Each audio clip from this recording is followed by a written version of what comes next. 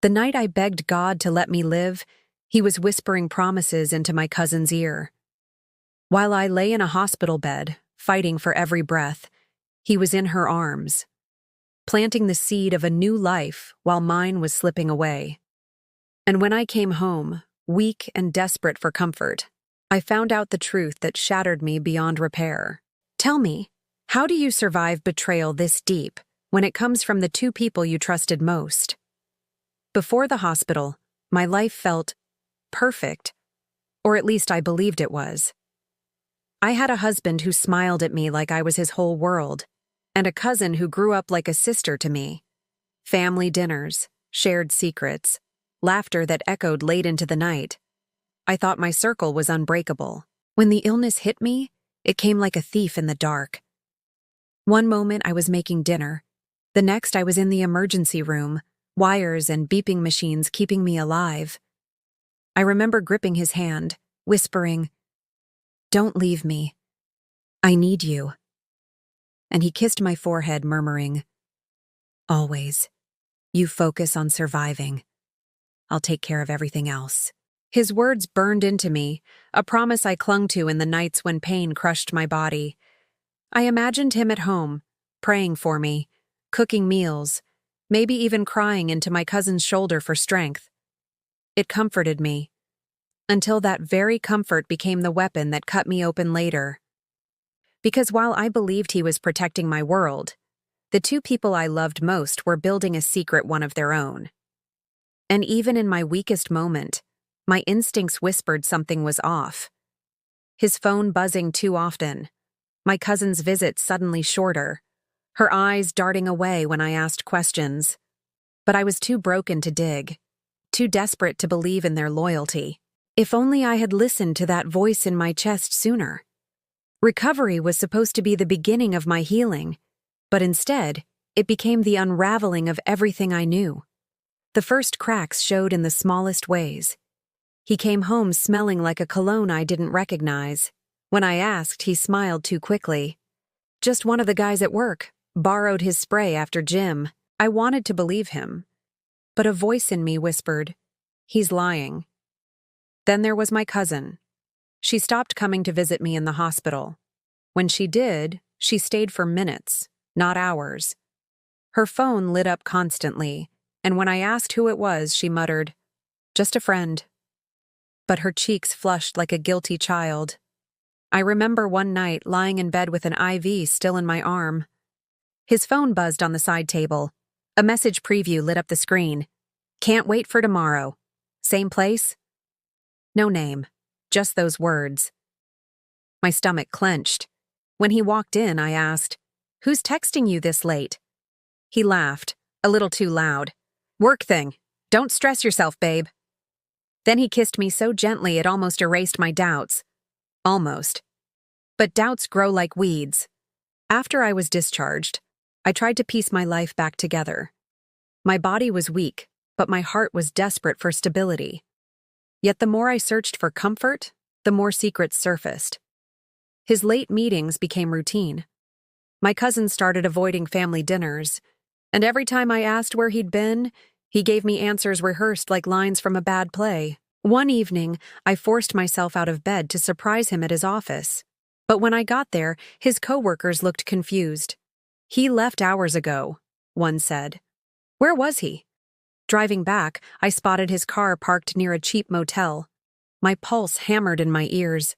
I gripped the steering wheel so hard my knuckles went white. I didn't get out. I couldn't. My body was too weak, my heart too raw. But in that moment, the truth stopped whispering. It screamed. They weren't just betraying me. They were building a future together while I was still patching myself back from the edge of death. And I knew. The explosion of truth was coming. The day the truth came out, I didn't plan it. I didn't set a trap. Fate did it for me. My aunt invited me to a small family gathering. I almost didn't go. My body still fragile, my spirit weaker. But something inside whispered, "Go." The room was warm, filled with chatter and clinking glasses.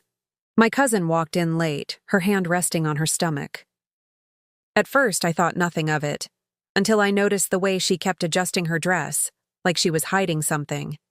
And then, someone joked lightly, "You're glowing. When are you due?"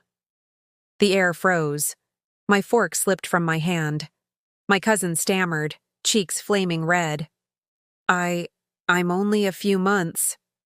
And before I could even process it, my husband's face gave everything away.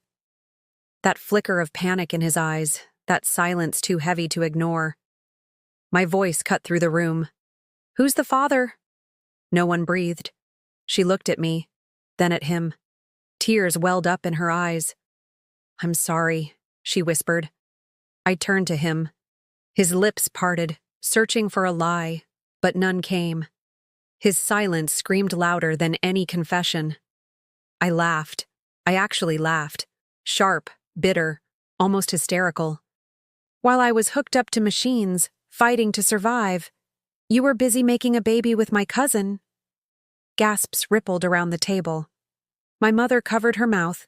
My aunt nearly dropped her glass. He finally whispered, "It wasn't supposed to happen this way." "Supposed to?" I snapped. My voice shook the room. "You took vows with me. You promised me forever, and you threw it away in a motel bed." The silence after that was suffocating.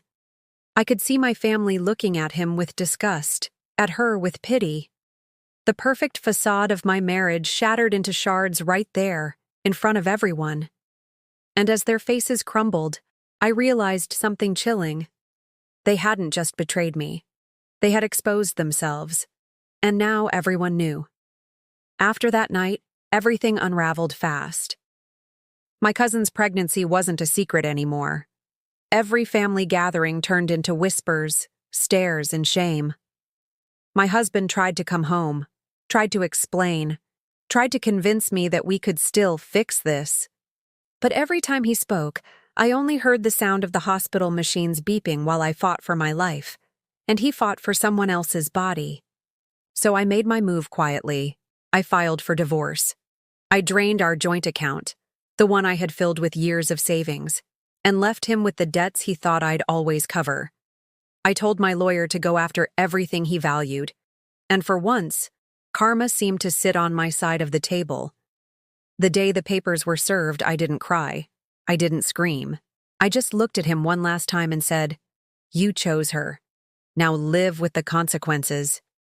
As for my cousin, her glow didn't last long. The same man who betrayed me betrayed her, too. He didn't show up for doctor's appointments. He wasn't there when she needed support. She thought she was special. But betrayal doesn't discriminate. It just repeats itself. And me? I rebuilt. I learned that survival isn't just about getting out of a hospital bed. It's about walking away from people who tried to bury you while you were still breathing. Sometimes I lie awake and think, the worst pain I ever felt didn't come from illness, but from the knife he and my cousin planted in my back. And yet, I survived them both. So I'll leave you with this. If love and loyalty can be broken so easily, was it ever real in the first place? Or was I just loving shadows all along?